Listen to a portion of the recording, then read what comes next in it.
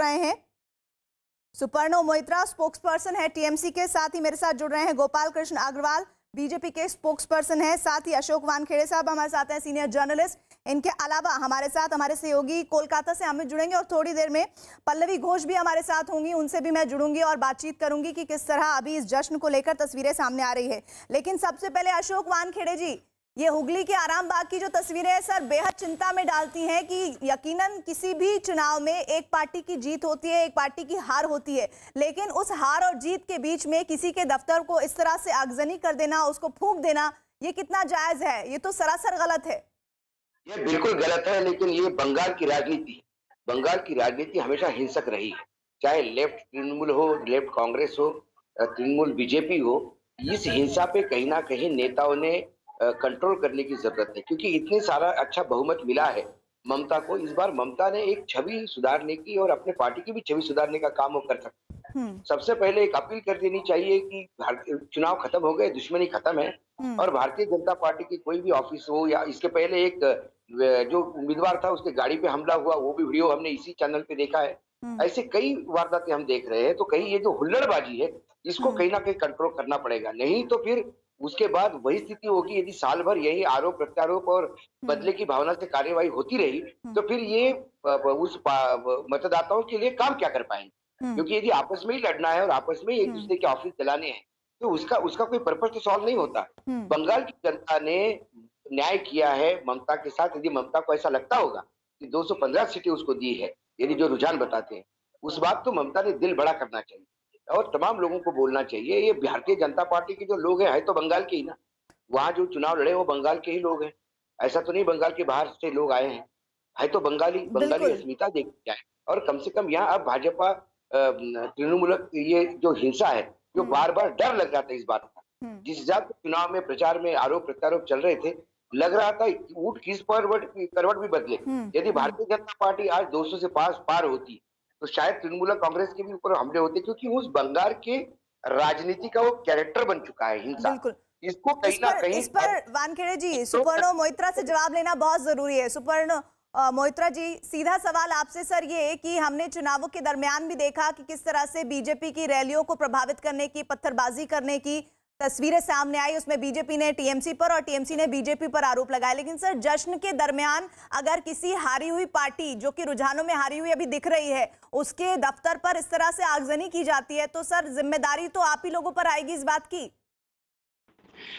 देखिए, ये जो टीएमसी पे कोई अगर कहता है कि ये टीएमसी का काम है, तो ये सरासर बेबुनियाद आरोप है। लेकिन मैं आप सबसे सहमत हूँ कि कोई भी राजनीतिक दल हो, उनका बिल्कुल अधिकार है लोगों के पास अपना बात रखने को, और हिंसा का जो माहौल कोई भी ये करे, ये बिल्कुल गलत है। इसमें बिल्कुल मैं सहमत हूँ, और इसमें कोई बात की कोई जगह ही पैदा नहीं होता है। लेकिन खाली आरोप ये लगाना कि तृणमूल कांग्रेस जिम्मेवार है, ये सरासर नाइंसाफी होगा, मैं कह सकता। जी गोपाल जी, आप लोग हर बार इस तरह के आरोप लगाते हैं और टीएमसी आप पर आरोप लगाती है, लेकिन इस तरह की तस्वीरें कम से कम आज के दिन नहीं सामने आनी चाहिए थी। देखिए, आरोप लगाना और तथ्यों का सामने रखना, यह अलग अलग चीजें हैं।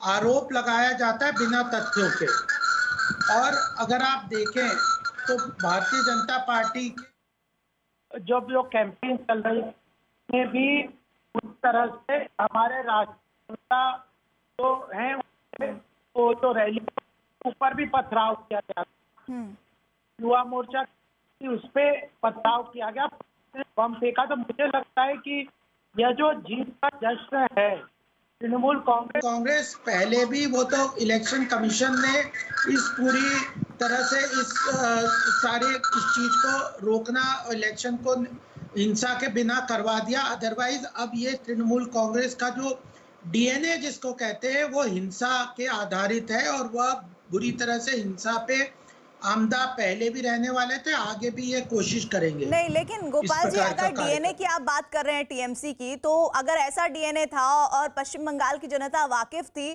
तो फिर आपको क्यों रुझानों में 74 पर और टीएमसी को क्यों 215 तक खींच कर ला रही है?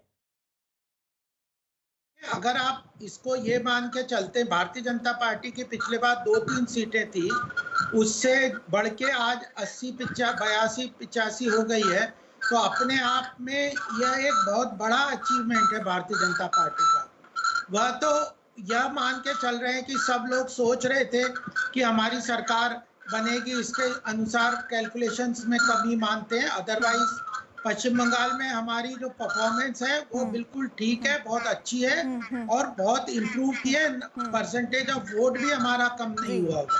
सुपर्णो जी, आप लोगों के डीएनए में ही समस्या है और ये जो आगजनी की तस्वीरें आ रही हैं ये तो इतिहास रहा है पश्चिम बंगाल का, बस फर्क ये है कि आज ये नतीजों के और रुझानों के बीच में आ रही हैं। मोहतरमा, आपने गोपाल जी को बिल्कुल सही सवाल पूछा, तो इसीलिए मुझे और एक शब्द भी उस पर खर्च करना मुनासिब नहीं होगा। खाली मैं इतना कहना चाहता हूं कि माननीय गृह मंत्री का जो वो जब ज्योतिषी बन के उनका ज्योतिषी के हैसियत से मैं प्रदर्शन देखने की कोशिश कर रहा था। अगर पहले कर्नाटका, मध्य प्रदेश, राजस्थान, छत्तीसगढ़, महाराष्ट्र, झारखंड, दिल्ली, और इसमें जो है एक कॉमन पॉइंट है, हर जगह पे वो जब चुनाव के लिए वो बात करते थे वो कहते थे कि 2/3 बहुमत से भारतीय जनता पार्टी आ जाएगी। और जहां जहां पे माननीय गृह मंत्री ये बात कह चुके हैं। आंकड़े तो मैं बता ही रही हूँ, ये आंकड़े आप भी बता रहे हैं, लेकिन सच ये है कि जश्न के बीच इस तरह की तस्वीरों का सामने आना, लॉ एंड ऑर्डर तो किसी स्टेट का विषय है और अब एक बार फिर से अगर हैट्रिक लग रही है तो आप ही से इस बारे में सवाल होगा कि भाई क्यों हो रहा है ऐसा। मैं सीधे रुख कोलकाता का कर लेती हूँ, मेरे साथ मेरे सहयोगी अमित जुड़े हुए हैं। ममता